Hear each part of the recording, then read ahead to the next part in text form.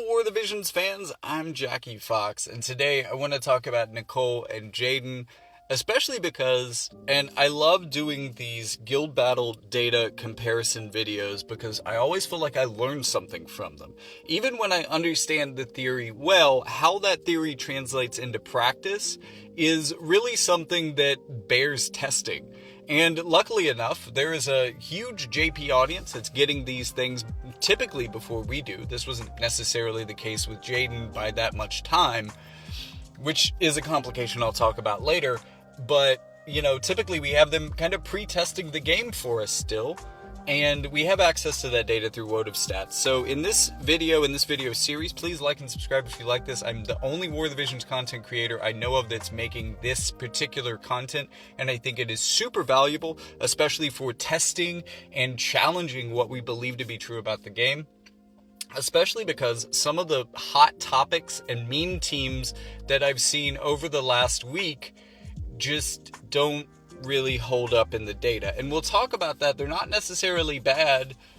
Like usually goes with the meme teams, they're just popular and they're doing well enough. But when you really look at it, they're not the best. So we're going to be finding out what the best is today. And it's two teams that I didn't expect at all. Well, not at all, but yeah, kind of at all, honestly. But first, I want to apologize for not making much content over the month of November. It was a really rough month for me. It started with me getting put on a wild goose chase by a sponsor that took up a lot of my time and didn't really give me a lot of time for other things, and left me feeling a bit sad, especially going into the updates about season 2025 of America. And yeah, the Project 2025 update coming next year sounds like it's going to be really, really bad for light spenders over here. And, it's easy to be anxious about that, even though it's not here yet. So we'll see if the game's still playable next year. But for right now, we just have to wait. There's still another month or so before we find out how that update patch is going to roll out. And then there was my birthday, which comes with its own increasing sense of impending mortality, which is just a lovely thing that grows with age.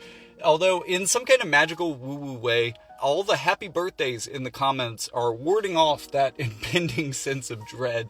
So thank every one of you for sending me a happy birthday. I haven't had a ton of time to look through my comments, but when I need a boost of anti-dread, I will go for those. So keep leaving them, even though it's not my birthday anymore. It's never too late. Thank you so much for your support.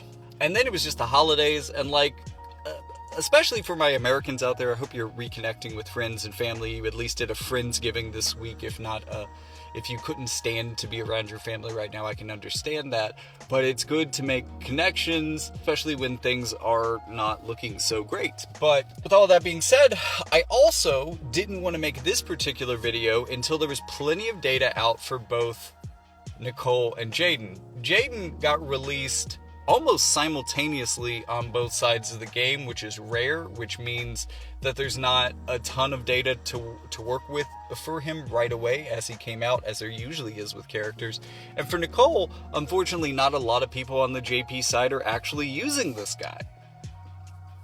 So there wasn't a lot to go on, and I thought, giving both of those characters a bit more time to age and mature would give us better results. And boy, these results are very mature. So let me explain the theory first, and let me explain where that theory maybe kind of starts to break down a bit as I walk you through the data. So in theory, Nichol should be a pretty good character. The 70 costs have been quite good over the last, say, year and a half. They're very good at being just good enough to be worthy when they come out, and then kind of fade into a place where they're not bad. They're definitely good enough to be a great substitute onto your team into limited content, but you're not necessarily going to see them in full cost competition all that often. And in a lot of ways, he would basically be the budget version of Exia, in that he doesn't really heal. he is a support in a lot of ways. He is also definitely a magic damage dealer, even if he's not necessarily specialized into either of those things. He also does a lot of supportive things for the team. These aren't necessarily things that overlap all that much with what Exia is doing, at least defensively. So he makes a pretty good complement to her, and this can be pretty good for water teams. The thing is, I think the most powerful use of Exia right now is on more mixed teams as kind of a one-off character, either for her element or her job class. She just fits into other teams well and can diversify those other compositions, and I don't think that he necessarily packs the punch that she does in a number of ways, and I don't think that he necessarily makes a good replacement for her. If you don't have Exia, then this guy is actually probably really versatile in a similar way to how she is, and I would say that he becomes even more versatile and capable if you have Summer Resnick's Vision card on him. Not that you would use him instead of Summer Resnick necessarily, because she is a very good healer and he is not a healer. He has some incidental healing, but giving him that Vision card would probably be the most healing in his kit, and it still wouldn't be that much. It would just be really good and something that he could utilize just by being a book main. And unfortunately, that's one of the only advantages of being a book main, because much like Devout or like Luciel, you don't really run a team full of Devout characters in the same way that you don't run a team full of book characters. And if there's anybody out there who identifies as a book player, please let me know in the comments, because you might be the most interesting War of the Visions player I've ever met. Definitely, if not, definitely the most quirky. But if you guys do exist, let me know. I'd be very curious to hear from you and what your opinions of the book meta are, because, you know, with this Vision card and with the Summer Resnicks, it's a big and necessary upgrade to that job class, but like, I still don't think you run 3 of them, which is also a thing that I would generally say about Gunners, but we'll test that hypothesis as well later. Now, I'm not going to say that there are any all-book teams that are going to show up in the data, because, no, that's just objectively bad. Again, I would be really curious to know what people who consider themselves book mains are actually running out there. And also, given the fact that one of the things that's going to help him the most is a VC that you might want on your other book characters. It's not like you can run multiple of those or anything. It really makes more sense to splash a book character onto a team in the way that a lot of people use Summer Resnick on other types of teams than to run him on an all-book team. And so he's not really going to have strong synergies in that way, in a way that a lot of other characters do, instead being a little bit more of a plug-and-play type character. Now, one of the issues for him is that he's not a healer, which is really kind of what you want more in those plug-and-play characters. He does have some healing with that Vision card, but really the character that you want to be using, and we're going to see her a lot in this data because we always see her in these videos, is Luciel. Luciel is, I would wager, the most important character in Guild Battle for offense or defense. She just stabilizes anything, makes anything work better, and does so much, adds so much to any team herself. One of the teams that I'm going to be testing out for this video is basically my Magic offense team, but with Luciel replaced with Nichol, and I don't have the Vision card to give him any extra healing, so it's not a good replacement, but I can see him kind of being used in this way or on these types of teams if you don't have Luciel. But if you've been listening to this channel and this series of videos, you'll know how important Luciel is in just raising the quality of basically any team, stabilizing anything. And I would assume that you would have had to have pulled her on 5th anniversary. Like, this is kind of the curse of being a 70 cost character right now, is that almost everyone in the game has 300 cost characters and at least like 180 cost character that are kind of top tier and new, and we're still figuring out how to play them. And now you want to try to include a 5th character? Like, at least until Grand Arena comes out, I'm sorry, I've already pulled the team. Gumi, you're gonna have to give me something better than this. Which, I guess, raises the very valid question, is Commander Jayden better than this? And I think so. So here's the theory for Commander Jayden. First of all, as a commander unit, at least in Arena, which is not what we're covering here, and there's, even if he was a guild battle commander, there's no real way to pull data for how commanders are being used in guild battle. So I wouldn't know how to assess that part of his kit. I do think that the things that he provides for gunners are really important. There's a threshold heal, healing power up, and a couple other things, but really that increased durability might be the best thing for revitalizing old gunner teams. The thing is, as we're going to talk about with him as a unit, I think just play him. I mean, unless your gunner team is really good, and maybe, you know, once we have Yuna, Veritas of the Light, and maybe a third gunner unit, maybe even Melnia or Alaya Rundle, maybe you could run him as the commander instead to get the best of all four worlds. But I don't think we're there yet. But Arena players who are playing him as your commander, what team are you running him on? And like, how's that working for you? It's really hard for me to get data on that, so I'd really be curious. But in Guild Battle, he's definitely making a lot of gunner teams viable now that weren't before. He's introduced a whole new team to the meta that has really disappeared since ICE lost like its missile supremacy teams with Eliza and Alaya Rundle. And, you know, Alaya was always a big deal on those teams. She was really the powerhouse. So it was really once Eliza started becoming less and less playable that team really fell off the most. Because gunners are interesting. They are potentially the most overpowered class in the game because they specialize in taking people out before they even have the chance to deal damage to you, in theory. The way that this remains balanced is that usually they can't do that because for one reason or another, your characters are tanky enough to get to them. And gunners are also pretty categorically weak enough that they can be taken out as soon as you get to them in most cases, especially if you have good favorable DPS up front. So they can be really easy to get through. The threshold for winning by a huge margin is pretty big here, because either you can just not be touched and win before they can even get to you, or on the other hand, if you do not accomplish that, you're probably going to get wiped. So it's most important to Jayden's playability that he has a whole Swiss Army knife full of different options to slow down other characters' ability to get to people on his side. And when you start combining that with some of the tricks that gunners already have, you really start doubling down on a lot of these things, and you might actually hold people off. And this really changes the equation on what makes gunners good and how gunners can be viable in such a way that we're going to start seeing them in competition again. And in a lot of ways, through the combo that comes with him and Yuna.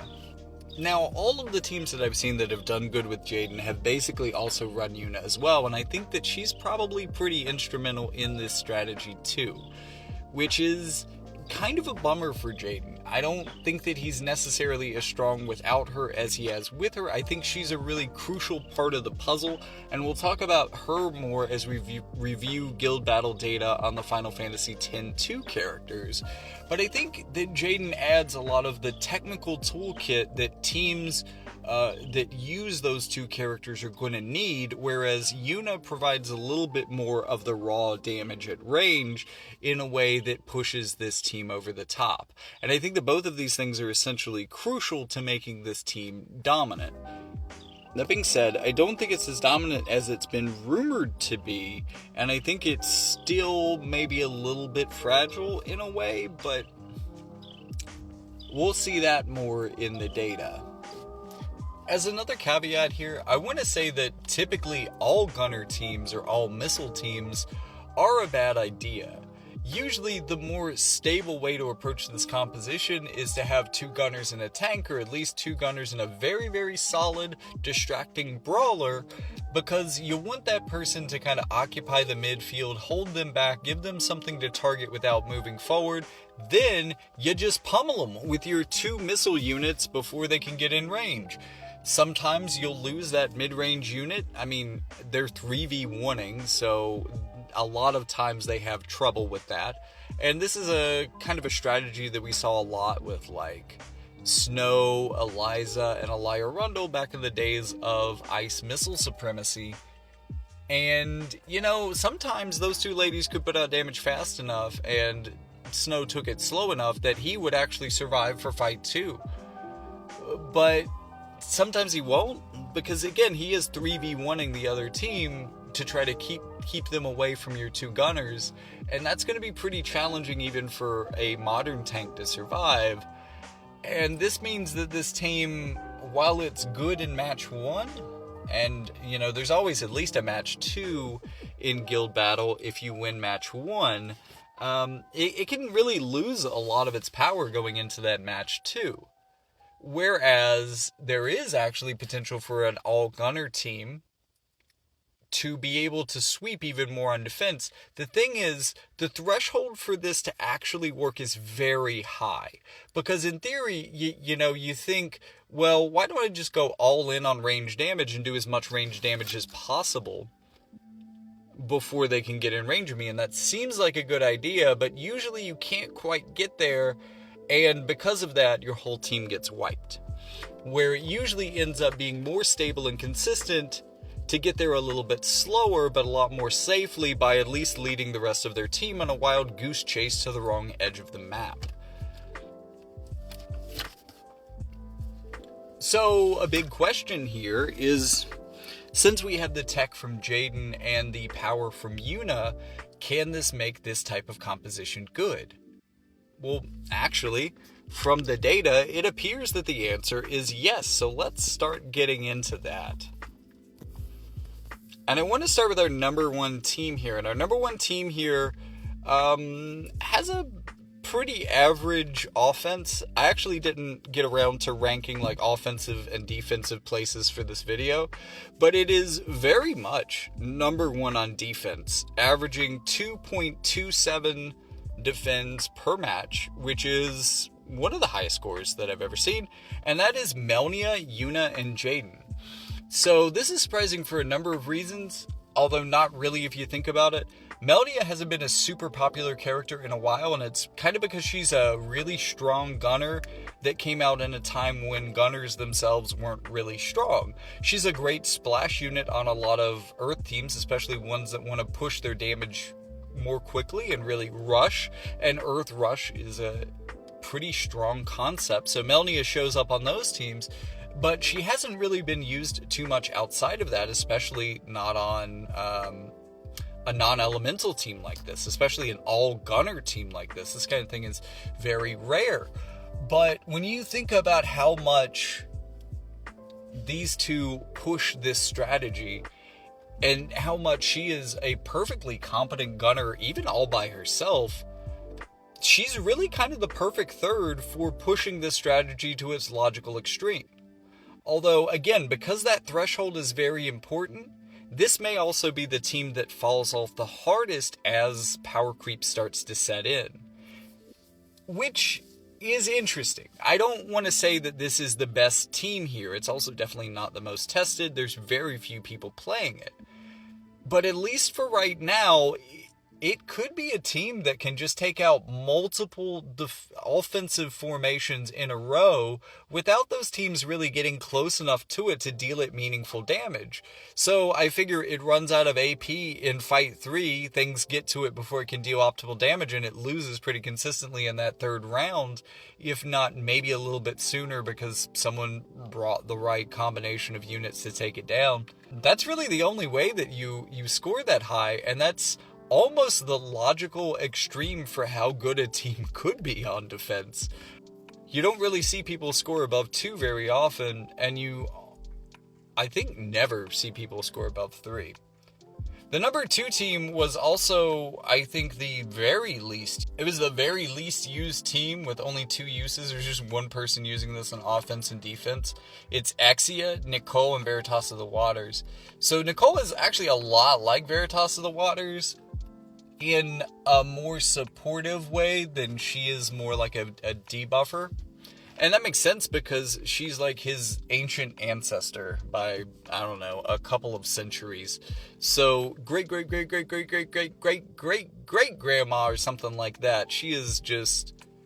so it makes sense that these two would have a synergy together. They also don't necessarily, while they do seem like very similar units, they don't technically overlap in all that many ways, and that means that they have a pretty strong synergy together. Also, Exia is just amazing. Exia is pretty great herself, and probably the strongest unit on this team, but she being strong herself does not explain this team scoring an average of 5 stars on offense, which is, by a long margin, the highest offensive score for any of these teams, which is actually a bit of a serious red flag for this video.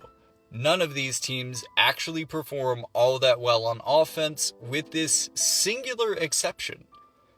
And I think it's in part, like, especially if you give Nichol the healing VC so that he has some healing supportive kit. Veritas of the Waters kind of has some of that. Exia has some follow-up heals, so there's a lot of ways that they can kind of heal while still focusing on being just huge on support and also huge on anti-support as well. So like a lot of buffs, debuffs, just real tempo, technical control of the field, and that's made them great on offense. They even had a reasonable score for defense, 1.67 defends on average, which is approaching 2, and it's maybe one of the better scores here. This is definitely the number 2 team, but it's from this point on that everything gets pretty bland. I mean, I want to say that the average is probably 3.67 stars and about 1.6 defends for basically every team after this. They're all basically doing the same, unfortunately. But we're going to start with Luciel, Yuna, and Jayden because it seems to be the most stable. This is also one of the most tested. This is the second most used team in this data. It's done really well because, like I said, Yuna, Jayden is everything that range teams need to be good. And Luciel works on any team with any 2 other characters, just making them better at what they already do. And especially since she gives them on-hit abilities, she just increases the amount of shit that they can do to other people at range, which can become pretty nuts. That's why, again, Luciel, maybe my favorite character in the game, at least in the context of guild battle.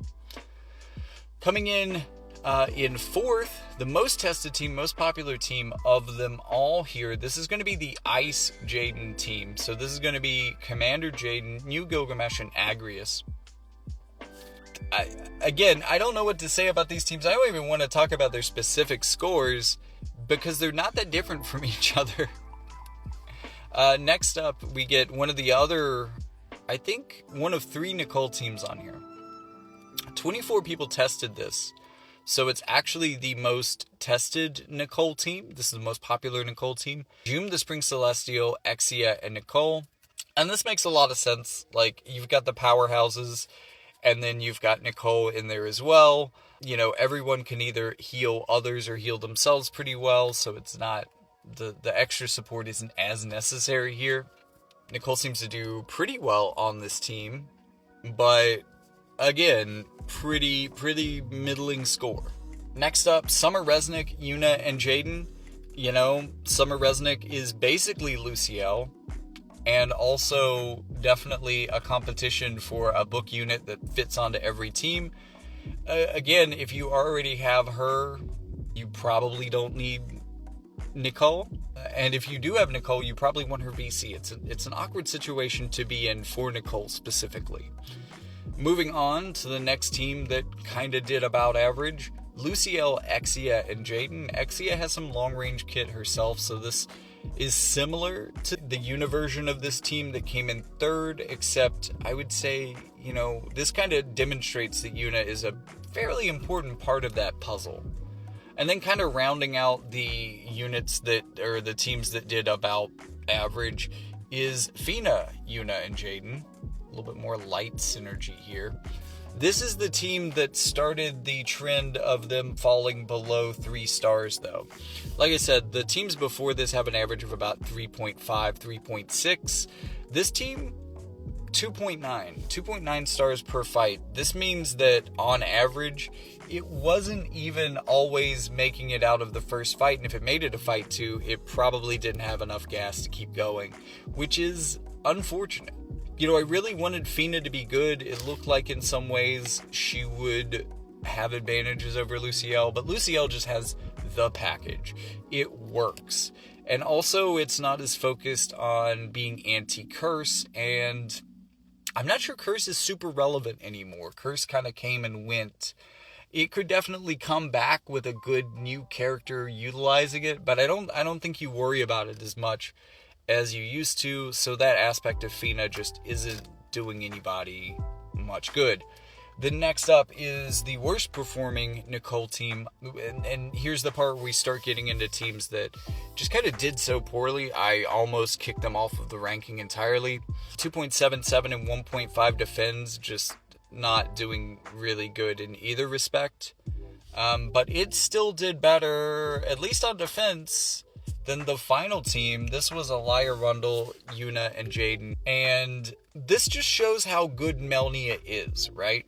Because this is fundamentally the same team as the team that came in first place, just swapping Melnia for Elia and maybe playing a little bit more into ice synergy than straight gunner stuff. And even with her MA3, and even though she was one of the most impactful ice gunners of all time, might be the most impactful gunner to be in the game up to this point, it's not enough to clear that threshold.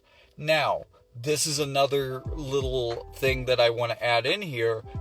Because we can see that the ability to consistently clear this threshold is the difference between Melnia and Elia, maybe the 2 next best gunners in the game, this means that there's not going to be a long way to go before Melnia, Yuna, and Jayden itself starts to drop off. And as that starts to happen, I don't think that the stable teams in the middle are going to fall as much. I think that it might fall to where they are, and then it might fall below them over time. I think the stable teams of Yuna, Jayden, and a stabilizer are going to work a lot better for a lot longer.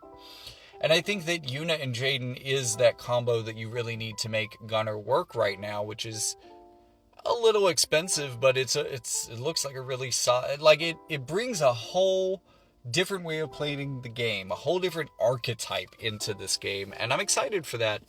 But after reviewing the data, these teams are only doing kind of average right now, which I guess, to be fair, in terms of who is really making gunners great again, you have Jayden.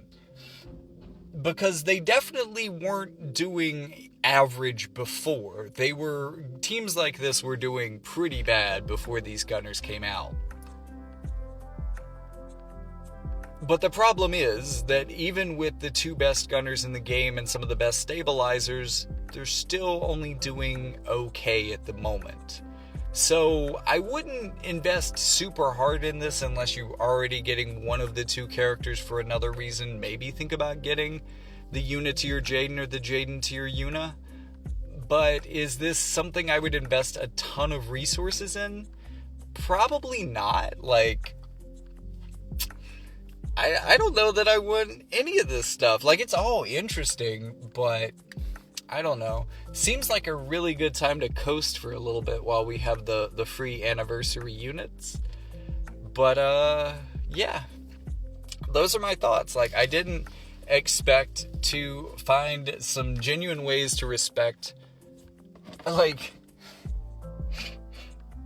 even though there weren't many Nichol teams on here, the one Nichol team that did well was the only remarkable offense in this entire list, which is amazing when you consider, like, the reputation that this new Jayden has for being an offensive powerhouse. And it's not without reason But it's also, I think, something that's unstable and something that is maybe prone to not aging particularly well into the future. That being said, if you want to jump in on this trend now, these are some teams that could help you take advantage of it. And hopefully now you also understand the theory of building one of these teams. And really, I think the last part of the puzzle that might push some of these teams even further is AP optimization. Because again, I think that teams like this that can actively manage threats at range consistently might be able to get a third fight in if they don't fall off on AP by fight 3, which might be a little bit hard to manage, and also might make AP reduction type strategies, even if they don't work for your team, maybe they'll handicap that team enough that the second set of people can beat the all-gunner team. Just thinking about ways to beat stuff like this. Does that mean that like an entire gunner wall wouldn't be maybe indomitable? Again, I think strategies like this are things that become better in certain scenarios when you go all in. So I can see a top level team using this as their wall. But also at the same time, I can see them swapping that out because it's not the best team in the game. It's just a hard team to beat 30 times. Because it plays differently than anything that our meta has been teched for like the last year. So it really comes out of nowhere. It is because it is not obviously the best team in the game that it makes such an interesting challenger. But also that doesn't mean that you, a person who is not in a top tier guild that is running an entire wall of these teams, need it. It's just kind of a quirk of the high meta that one of the JP guilds is playing this way. I don't necessarily think that it means that these characters are amazing or that this is an unbeatable strategy. And that also kind of reflects poorly on Yuna, I think. Although I want to look a little bit closer into her, and maybe she has a little bit more of a future with Veritas of the Light. I don't know.